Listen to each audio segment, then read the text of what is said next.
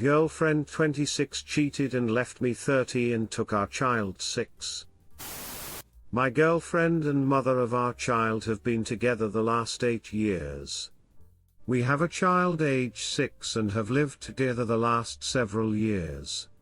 I thought things were going great, but 2 weeks ago we were texting throughout the day like normal. I was at work and about 5 p.m. I got a text that said, "I love you, just not the same as you love me. I am leaving and taking our child and you are to never see us or contact us again." I immediately rushed home and the house was cleared out, all of their belongings gone. I tried to call and text, she blocked me, and blocked me on all forms of social media. I was freaking out, confused and extremely upset. I was very worried about my daughter as well, as we are very close. The next morning I went to the local courthouse and filed some motions for my child. She contacted me shortly after and said she left because my child wanted to leave, and she refused to let me talk to her. At this point I just didn't understand because I know my child loves me and I thought she loved me. I hire a lawyer and we proceed legally. She finally contacts me and tells me she has been cheating on me since this past Christmas and is in a relationship with this man, and has moved our child in with this man. I'm completely shocked because I never suspected anything. How she kept up our relationship and her other one is beyond me. The thing that bothers me the most is she said she has taken our child around this man, a cop in another county, to get her comfortable around him. It bothers me severely. She has taken my child and uprooted her from everything she has known and moved her in with this man. She is going to be going to a new school this coming year as well, an hour away. I was working 60 hours a week to provide for us. I guess that's why I never caught on to anything.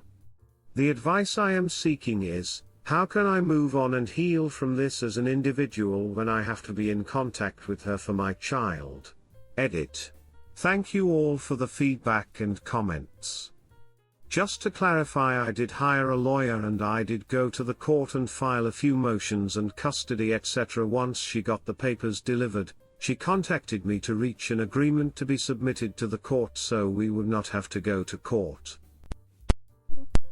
Redditor's reactions. Story 2 after. Redditor 1, did you file for custody? Is this US? Is she in the same area as you? Did your attorney ask that she be compelled to return the child? Sorry to say, but unless BF is dangerous, or with proven shadiness, probably little you can do about him being around. But absent abuse, what she did is alienating and toxic, and judges in US do consider that a factor in custody. Op answer, I filed for custody etc. She reached out to me to make an agreement to submit to the court. Yes, this is in the US. Thank you for your comment. Redditor 2, have you taken all the necessary steps to secure your custodial rights with respect to your child? If you haven't, then you're focused on the wrong thing at the moment.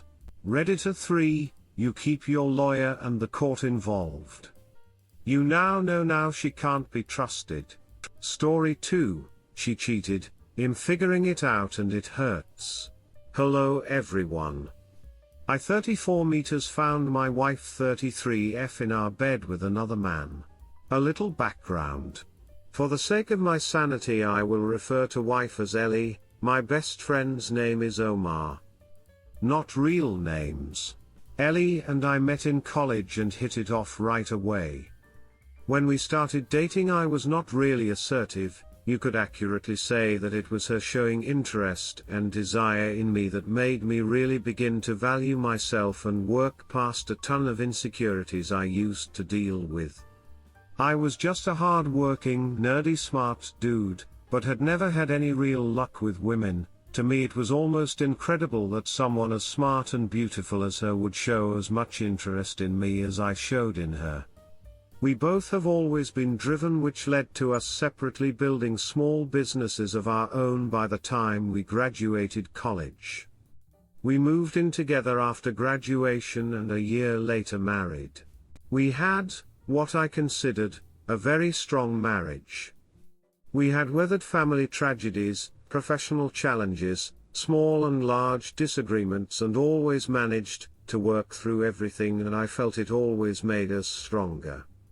Ellie has always had a huge social circle that included a fair number of men, but I never thought too much about it, as she never did anything that raised flags, since all social outings seemed to always be as a large mixed group, and I came to trust her closest friends. As our 10-year anniversary was coming up, I decided to bring up the topic of starting a family.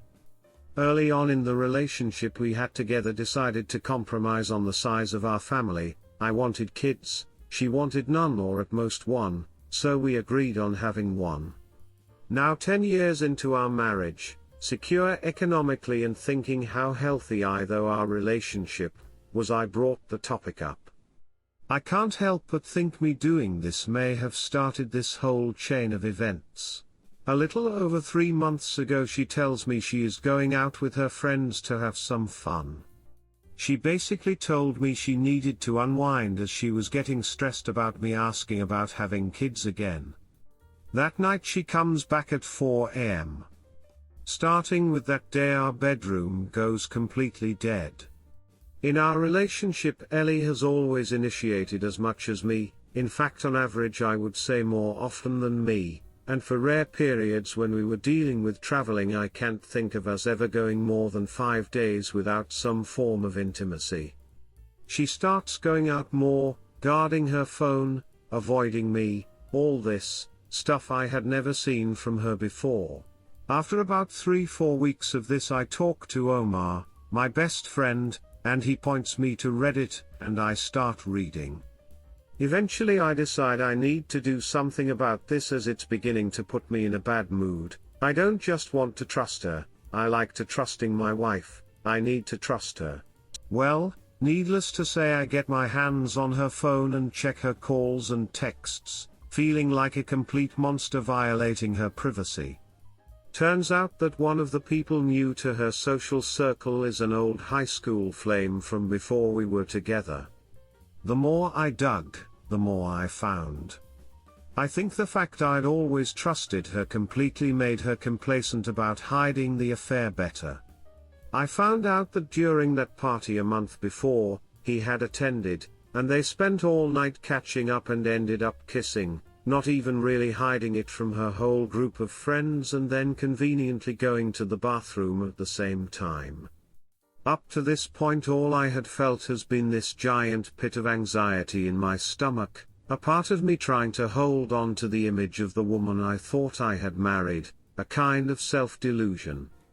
But the anger and sadness start getting overwhelming, made worse by the fact that she seems oblivious to my sudden indifference. She didn't notice I had stopped making romantic gestures. I felt like I was breaking inside. Finally a month ago I decided to catch them in the act, and I tell Ellie I am going to visit my cousin for the weekend. He lives 3 hours away, but instead I go stay with Omar, who has been helping me record and copy everything. I waited, and sure enough, she brought him to our house, to our bed. I snuck in the house and made my way to our room, and the sounds left no doubts.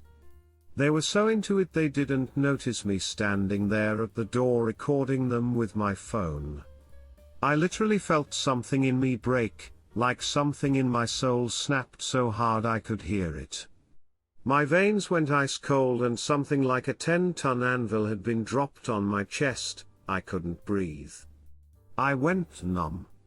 This next part I can only tell you what Omar says happened, because I only remember parts of the next few minutes. According to Omar, who I had brought as a witness, apparently I walked up to them, pulled the guy off the bed, and Omar pulled me off of him. I remember Omar holding me down on the ground. After that there was the normal hysterics of being caught. I went no contact for 5 weeks and began working with a lawyer preparing for the worse. Omar served as her contact point during that time, since I simply didn't want to talk with her. Ellie contacted my family, and told them that we are having problems. After the 5 weeks of North Carolina we met and talked. She was remorseful, told me it wasn't my fault, that it was all her doing, her responsibility and her decisions. We decided to go to marriage counseling, and at least explore if there is anything salvageable. Sitting here I can't believe that even after that, I still love her. I am disgusted with myself that I have thought about her well-being, about her happiness. I especially hate that now I have to question our entire relationship. Was it just now that she got brazen about cheating, or has it happened before and I didn't bother looking far enough or was too stupidly trusting to see it at all? It's been now almost a month since deciding to try marriage counseling, and my questions to those who have already gone through this are the following. 1. Is it possible to reconcile without feeling that you lose some self-respect? 2. How long does the anger to sadness to numbness, rinse and repeat cycle last? In getting exhausted of the constant emotional roller coaster.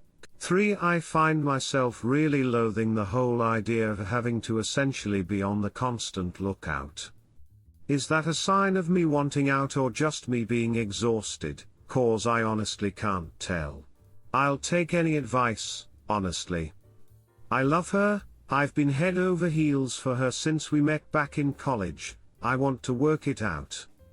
Is it actually possible, and if it is, will it ever resemble what it used to be even remotely?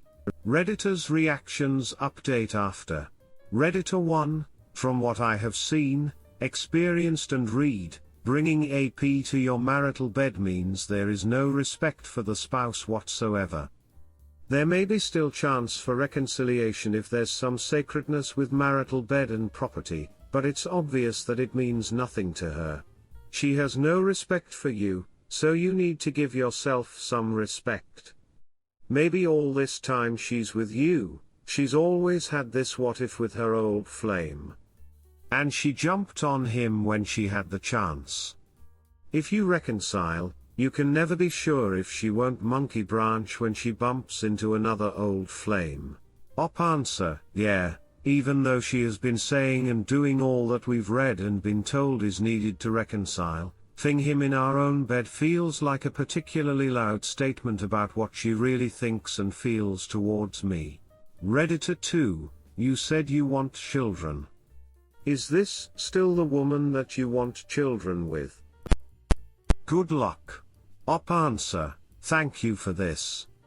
I honestly had been dodging facing that question, but it's really important, it just hurts like hell to think of it.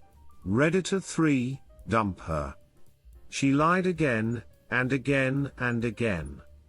It's awesome that you don't have any kids with her. That makes it way easier and better. If you stay in this marriage, you will never be able to look at her and yourself the same.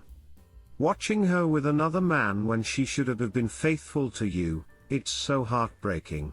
Have some self-respect and get out of that messy and unfair situation for you. I know it will hurt, but it will get better over time and you'll find someone who will love you and be faithful to you. If I would have been in your situation, I wouldn't be able to get that image of her and other man from my mind while she constantly lying to you. Important you have an advantage here.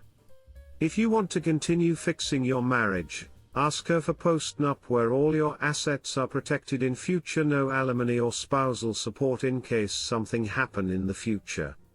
Then you will be safe on your side. All the passwords of her social media, mobile phone and location sharing should be available to you at all times, so you can build your trust again.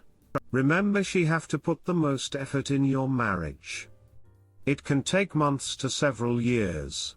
Don't have kids with her yet. If you wanna have kids and she doesn't as you mentioned, then tell her this is a deal breaker. Edit. These couple of steps you take will show you if she agree and accept it how remorseful and dedicated is your wife in fixing her marriage. Redditor follow-up, I would also add she need to do individual counseling to find out why she felt cheating was an acceptable action on her behalf and how to change that fundamental character flaw so it never happens again. As well as ways she can earn your trust back. Update: she cheated, I'm figuring it out and it hurts. Update: after reading everyone's replies and the messages, I took the weekend to let it all sink in and hardened my resolve. I came to the conclusion that I was never going to be able to live with myself if I stayed with her. Staying and working on it would mean having to sacrifice a significant portion of my self-respect. I also realized that I want no part of a relationship that would require me to be in a state of constant vigilance for signs of betrayal. So I decided to push the proverbial red button and nuke it all. Here is how it all went down. Monday, I woke up early to an unexpected surprise. When I opened my eyes, my Johnson was greeting me at full attention. Guys, I can't stress how surprising that was to me, considering that since finding out about Ellie's affair I had not had morning wood.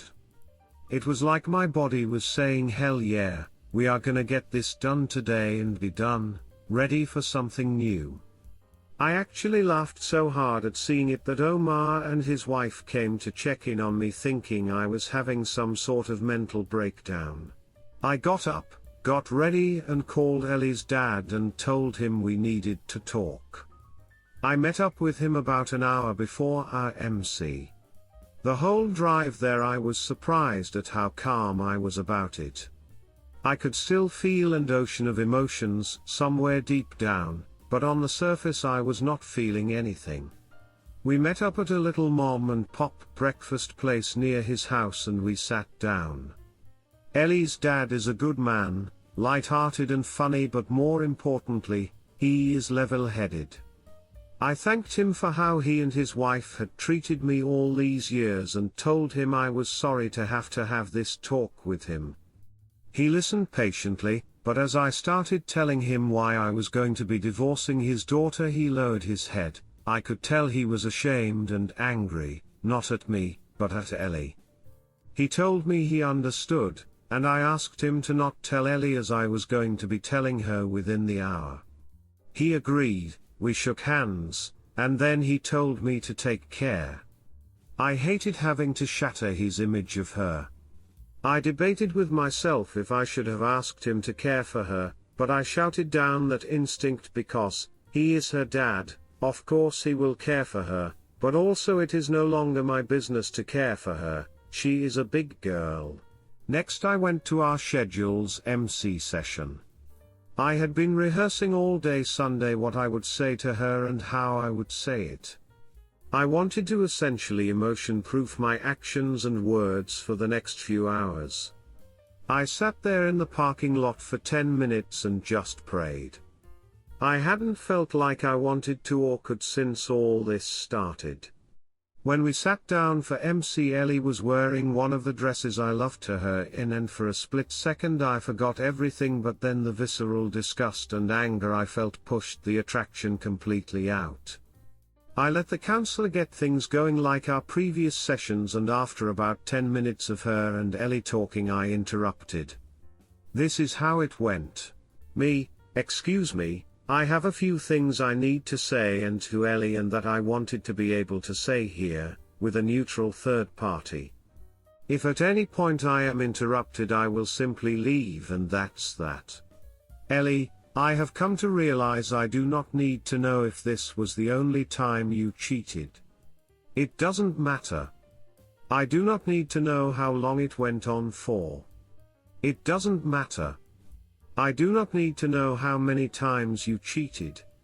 It doesn't matter. I do not need to know why. Even if there was a good reason, a perfect why, it also would not matter. The only thing that matters is that you did. I know now the only facts that matter. You were never going to have children with me. At this Ellie opens her mouth to interject and I started walking to the door, so she immediately backed off. You were going to string me along for however long it would take. You were going to cheat on me sooner or later. This is when the waterworks started to open up for her. You do not respect me or love me. The counselor begins to look like she is about to interject, and I respond by taking another step towards the door, which ends that my lawyer is filing for divorce as we sit here, and as of about an hour ago your father knows the entire truth of what has been going on. Do not contact me. From here on out the only person we will communicate through are lawyers. These are the last words we will ever exchange. Goodbye. I walked the last few steps to the door and walked out. As soon as I closed the door I heard a wail the likes of which would haunt people's dreams. She scrambled out of the office pursuing me and tried to stop me, telling me how sorry she is and how we can start a family, and to give her a second chance, as she cried hysterically throughout. I pushed past her and got in my car and left. At this point that ocean of emotions that had been quietly hiding underneath it all started roiling, and I was barely holding it in. I drove to my parents' house and sent the text message I had planned to Ellie's best friend's husbands. When I got home my old man was at the store, but Mom could tell I wasn't well. She has always been able to read me like a book. I told her I needed to tell her and Dad something important, and we sat down and waited. At this point I have to thank Responsible Mode 114 for messaging me. We chatted and he totally calmed me down. About 30 minutes later Dad arrived. I poured it all out.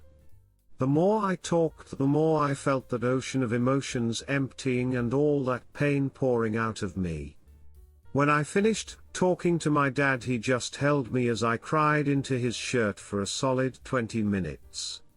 When it all ended I felt spent and oddly at peace. I have arranged for Omar to receive a Harley he has been eyeing for a while. He has been more than a friend to me, and I am going to try my best to be as good a friend to him as he has been to me. I can't wait to see his face. I think this is the last time I will post, as it should be the end of this story. I just want to thank you all. Would have never thought that I would find sound and sane advice from strangers on the internet. I know that it will be a long road ahead, that I will still need IC to deal with the aftershocks of this debacle and rebuild my ability to trust. I have to hope that little by little all this pain and sadness and anger will go away, like Roto-Rooter for my soul, if I do the work. Now begins the rest of my life, and I can honestly say I am looking forward to it. Redditors' reactions. Redditor 1, how you handled this is excellent and should serve as an example for all betrayed partners. Thank you. Redditor 2, dude, you handled this like a boss. I wish you healing and the best in your future. I cannot imagine even conceiving of doing such a thing to my beloved. You're spot on, she never loved you. That poor therapist. What a tragic display full of acid she had to deal with as you walked into your new, better life. Winning. Op answer, NGL. I felt a bit bad for the therapist afterward. But at the moment I just thought of her as convenient witness should any nonsense ensue.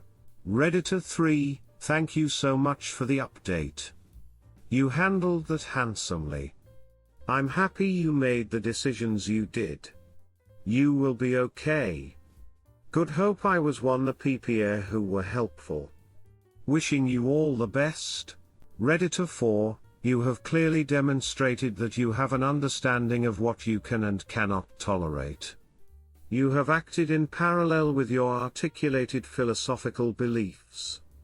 You are the epitome of a mature person with a sound psyche. I wish more people would hold cheaters accountable for their actions. It is only by doing so that their behavior will change. Well done you. I know it's gonna suck like AMF for a while, but you will eventually look at this phase and feel proud. As you should. Take care, bro.